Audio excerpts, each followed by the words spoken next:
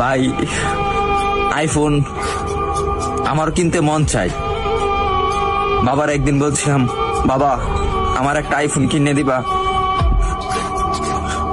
বাবা আমার দিকে তাকিয়ে বলতেছে, বাবা তোর একটা ফোন কিনে দিতে খুব ইচ্ছা করে, কিন্তু আমি 400-500 টাকা কামাই করি, রিক্সা চালাই, তোর আইফোন কিভাবে কিনে দেই?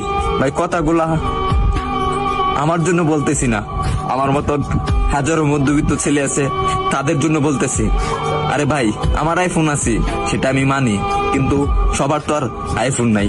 কিছু পোলাপান আছে নতুন নতুন শার্ট পরে, নতুন নতুন প্যান্ট পরে, নতুন নতুন সানগ্লাস পরে, 2 দিন পরে পরে আইফোন পাল্টায়। তাদেরকে উদ্দেশ্য করে বলতেছি, ভাই আমরা গরিব মানুষ, ভাই আমরা দিনের না দিন খাই, আমরা আইফোন কিনবো ভাই, কারণ 3 বেলা তো ঠিক মতন খাইতে পারি না। পরে হঠাৎ একদিন বাবা কষ্ট করে প্রতিদিন 100 টাকা করে জমায়া একদিন আমাকে 14,000 টাকা দিল।